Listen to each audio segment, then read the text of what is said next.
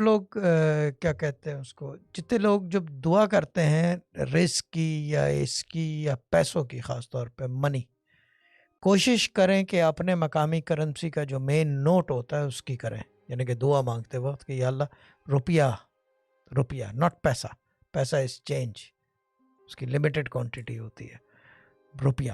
اور جو لوگ دبئی میں ہیں درہم، جو لوگ یو کے میں ہیں پاؤنڈ، جو یو ایس اے میں ہے ڈالر، جو انڈیا میں ہے روپی ناٹ پیسہ، روپی، جو سری لنکا میں ہے آئی ڈونٹ نو.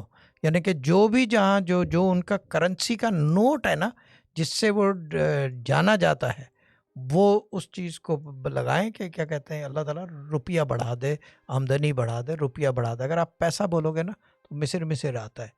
تو یہ ایک چیز تھی کہ دعا کے اندر جب آپ کریں تو make sure you address your currency as well, کہ روپیہ ہے، پاؤنڈ ہے، یا وہ ہے، یا جو بھی ہے.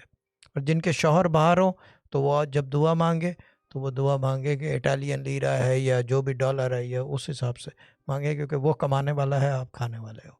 تو یہ چیز ہے.